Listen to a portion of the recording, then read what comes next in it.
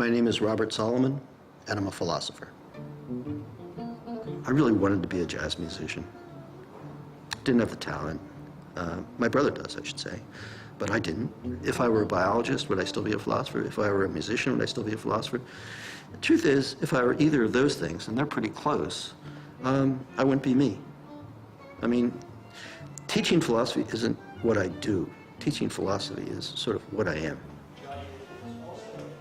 When people ask me what I do, and I say, I'm a philosopher, what I can expect is a dead silence. And after the uncomfortable silence, they'll say something like, what's your philosophy? And then I'll say something like, oh, a stitch in time saves 9, or some wisecrack. And that'll lighten things up a bit. But lots of times, I'll say I'm interested in philosophy and business. And that gets a different kind of response. People will say, oh, that sounds really interesting. And then we actually start having a conversation. I teach business students. And you ask them, well, what do you want to do with your life? And they'll say something like, I want to make a lot of money. And my response, of course, is something like, well, to do what? And they're kind of stuck. I mean, they all have in mind the Porsche, the big house, the swimming pool, and all that. But they haven't really thought what they're going to do with their money. And then they'll catch themselves and they'll say, well, someday I'd like to give back to society. I'd like to work for charity or something like that. But it's not very convincing. So it's really just getting people to think about what they're doing. And to tell you the truth, when I talk to chief executives, it's the same conversation. I mean, ambition has always had two faces. On the one hand, it means having high aspirations, and that's certainly good. On the other hand, it means being ruthless and inconsiderate. That's bad. And so when people say they're ambitious, you want to listen more to hear exactly what they've got in mind. I don't think there's anything wrong with working hard. I'm a workaholic myself. I do appreciate when people sort of say almost anything about what they want and so on, that what's underneath that is usually a whole philosophy. It's not just, okay, I want a Porsche, or it's not just, I want a new kitchen. But it's rather a whole self-perception about what one is entitled to in this world. And that's often very revealing.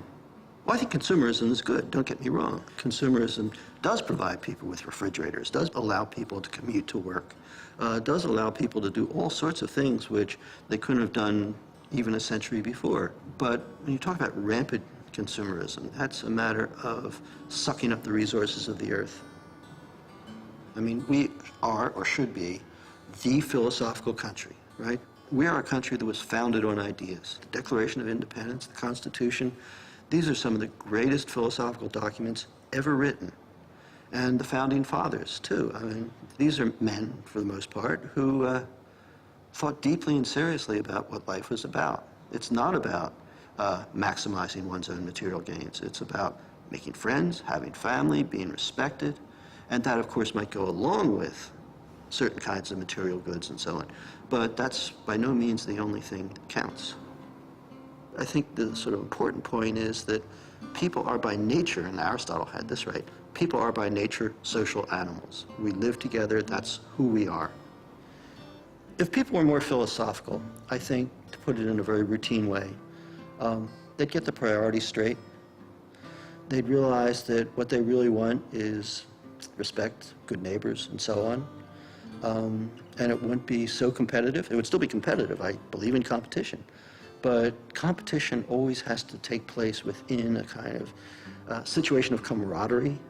And so, yeah, you compete, but you compete within a community. Nothing's more important than people seeing themselves as part of something much larger than themselves. And what's much larger, of course, might just be a tribe or a community, but these days, it's hard to escape the globalization picture and to consider themselves part of humanity. All philosophy is, when you think about it, is it's sort of lifting yourself out of your immediate situation. And of course, we spend a lot of time in immediate situations with immediate tasks and things to do. But once in a while, it's a matter of sort of lifting yourself out and saying, what the hell am I doing? And that's not a frivolous question. And that's when the imagination, the vision, comes in, like, what else could I be doing? Or how else could things be? And that's where the critical acumen comes in. That's philosophy.